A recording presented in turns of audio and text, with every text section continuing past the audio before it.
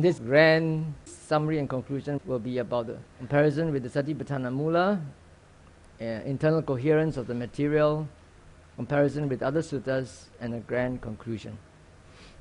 And in comparing with the Satipatthana Mula, we saw that there were many additional exercises in the Pali Kayanupasana and Dhammanupasana. And the first part of the Pali refrain, contemplating internally and externally, and both is in the definition of the Mula. And there's no vipassana in the refrain of the Mula, although paradoxically there is a paragraph on the attainment of arahantship. There is only vipassana in the Dhammanupasana of the Mula. Then looking at the internal coherence of the material, the question arises on how to contemplate the arising and vanishing of body parts and corpses in terms of abhidhamma, ultimate realities. It is not possible. It is only possible through imagination and manipulation of the visualization that we created with your own mind. We also saw that there's a redundancy of the refrain and causal investigation in Dhammanupasana, right?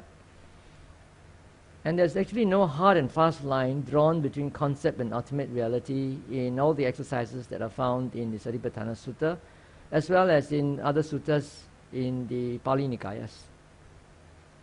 For vipassana contemplation, sankharas are not restricted to form, citta and cetasika, but include anything that has the nature of arising and vanishing.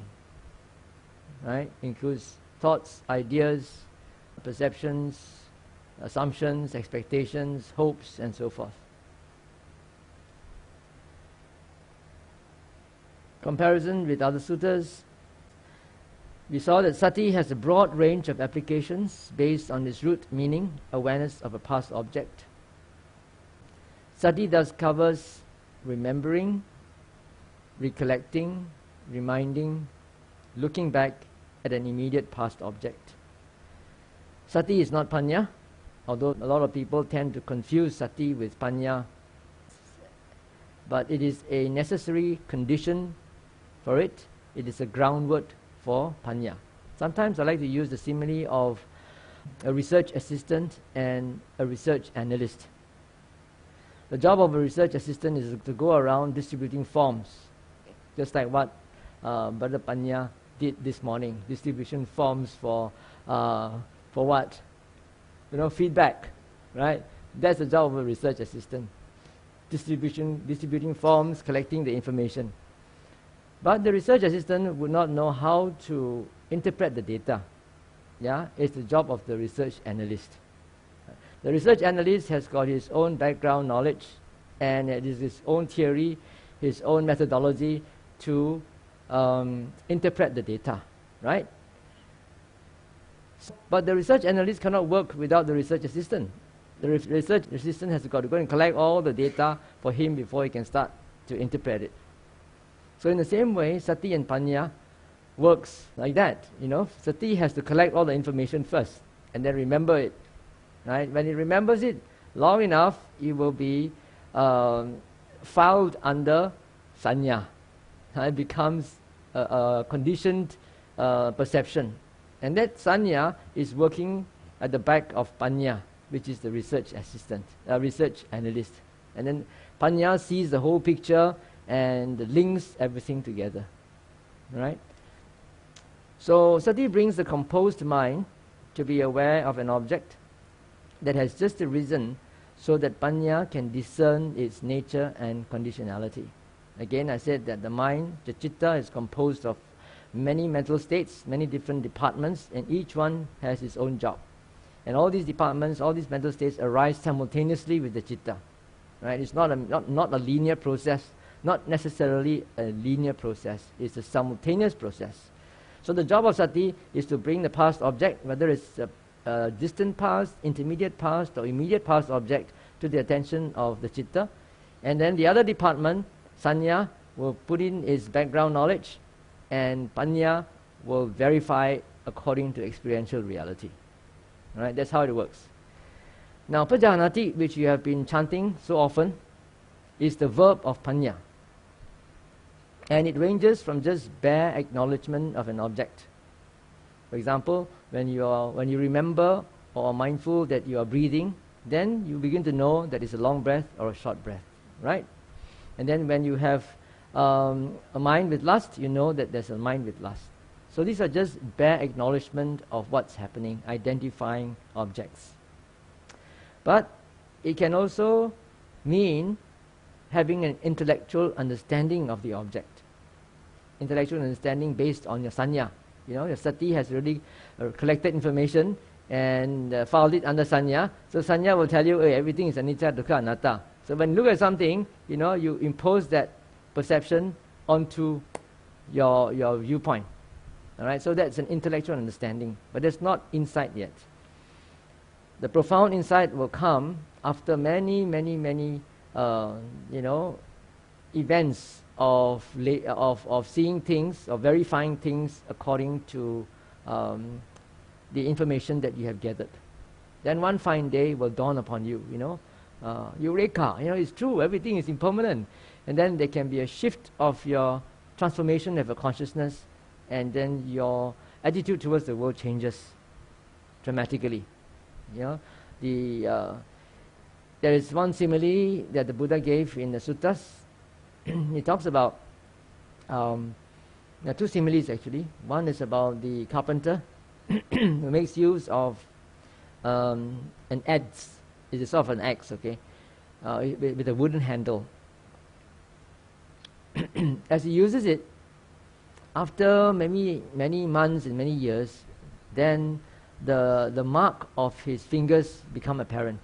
Initially there were no marks, but nowadays it's different. Nowadays when you go and buy a tool, a hammer for example, the finger marks are already there. Yeah. But in those old days it was not like that. It was just a piece of wood. But if you use it again and again and again, then eventually the marks will form, right? When did it start to form? Can anyone, precisely determine the time when it started to form? It's impossible. So it's the same with Panna. Panna grows in that way. You do it first with bare acknowledgement and intellectual understanding, and then as it grows, then one day it will become apparent. And even more striking a simile is that of the rope. In the old days, they used to sail the 7 oceans. And they had to stop sailing during the monsoons, right? So during the monsoons, what they would do is they would just tie up the ships to the pier, and with a rope, and then the rope, after being tied and exposed to the elements for so long, it will start to fray, right? Fray. Then one fine day, it cannot take the tensile strength, the tensile pulling anymore. It will just snap. Okay, that's how awakening works. You work slowly, and you don't know when. One fine day, you just snap, and enlightenment occurs. Awakening occurs. So awakening is both gradual and sudden. It's gradual because it's accumulative, right? And it's sudden because finally, when it's fully matured, there is a sudden breakthrough and a transformation of consciousness.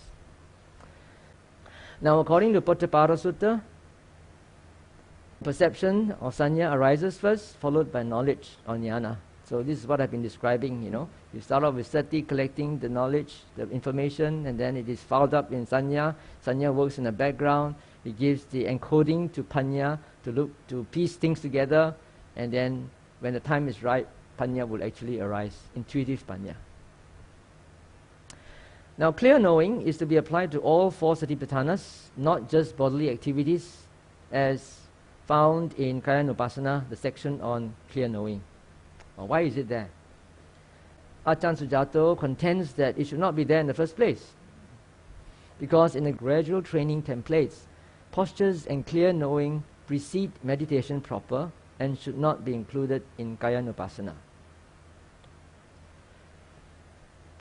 The other prerequisite for practice of the Satipatthana is having subdued longing and dejection. This is equivalent to sense restraint in the gradual training templates. Now you may not know what the gradual training template is unless you have been in SBS. You know, in SBS, this is our guide, the gradual training template. There are many versions of the gradual training template found throughout the Digha Nikaya and Majjhima Nikaya, and in some of the other Nikayas, Samyutta and Anguttara. But this is the one that I like best. This one was discoursed by the Buddha because an accountant by the name of Ganaka Moggallana asked the Buddha, he says, Master Gautama, we professionals, when we train our apprentices, we do so in a very structured way, step by step. Do you also have a similar system for your disciples? And then the Buddha said yes. And he outlined this step. The first one is to be virtuous in the moral precepts. After a disciple has mastered this, he will teach him the next step, which is guarding the doors of the sense faculty. What does this mean? This means when the eye sees a form, one guards the eye faculty by not grasping at its signs and features. Due to the failure of not guarding the eye faculty, then the mind will be overwhelmed or assailed by longing and dejection in regard to the world. Okay, so this is what I said. Now, this longing and having subdued longing and dejection in regard to the world is actually part of the gradual training. And this is step number 2, guarding the doors of the senses. The doors of the senses does not only mean the 5 senses, it means the mind as well. So if an idea arises in your mind, you must be able to have enough mindfulness to grasp the initial thought, so that you do not grasp at the idea without fully processing it, without first putting it to the bar test. The third is moderation in eating. Fourth is devotion to wakefulness. Fifth is mindfulness and clear knowing. And 6 is resorting to seclusion. 7 is abandoning the 5 hindrances. And the 8 is developing the jhanas. So this is a step-by-step process that the Buddha encourages his monks and nuns to do. Right? This is the sort of a default template. And there are, of course, variations according to individuals. But by default, this is the Buddha's training sequence. So here you see that guarding the doors of the senses and mindfulness and clear knowing here, number 5, is just part of the gradual training. And the meditation proper occurs only from number 6 onwards. Right? After you have mastered mindfulness and clear knowing in the sense of knowing your feelings, thoughts and perceptions as they arise, persist and go away, then only can you actually control your mind, right? If you cannot catch the intentions, you'll be lost in your thoughts before you know it. That's Ajahn Sujato's contention, that these 2 elements, postures and clear knowing, should not be part of the Kayanupassana. And my take is that having subdued longing and dejection in regard to the world is equivalent to guarding the doors of the senses, and it did not necessarily entail that you must have fully abandoned them by attaining the jhanas before you can practice Satipatthana effectively. According to Kayagata-sati Sutta, the 14 exercises in Kayanupassana lead to Samadhi. According to Janava Sabha Sutta and Chula Vedala Sutta, the 4 Satipatthanas lead to Samadhi. Although Samatha and Vipassana are not explicitly mentioned in the Satipatthana Sutta in Majjhima Nikaya number 10, their features are there according to other suttas. Now, according to Vibhanga Sutta, which is found in the Satipatthana Samyutta, the establishment of mindfulness means the definition, the formula for the 4 establishments of mindfulness. The development of the establishment of mindfulness means contemplating the nature of arising, of vanishing, and of both. Now, in the refrain, contemplating the nature of arising, vanishing, and both are options. It's followed by an or he contemplates the nature of arising, or he contemplates the nature of vanishing, or he contemplates the nature of both arising and vanishing, right? But in this sutta, there's no or. It seems that you have to do all these 3. You have to contemplate the nature of arising, you have to contemplate the nature of vanishing, and both the nature of arising and vanishing. So this is how you develop the establishment of mindfulness. And the way leading to the development of the establishment of mindfulness is following the Noble Eightfold Path. Okay, now piecing all the jigsaw together, what is the grand conclusion? These 4 days of workshop can be summarized in just 4 paragraphs. Practice of the 4 Satipatthanas, supported by the factors 1 to 6 of the Noble Eightfold Path, leads to right samadhi. Based on the samadhi attained, Sati and Sanya take the lead in contemplating the nature of arising, of vanishing, and of both.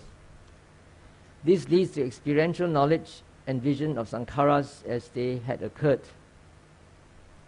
When such experiential insight reaches maturity, it develops into weariness and detachment, culminating in liberation. Finish. That's the end. Very simple. After all the analysis, eventually that's all you need to do. No matter whether it's authentic or not authentic, that's all you need to do.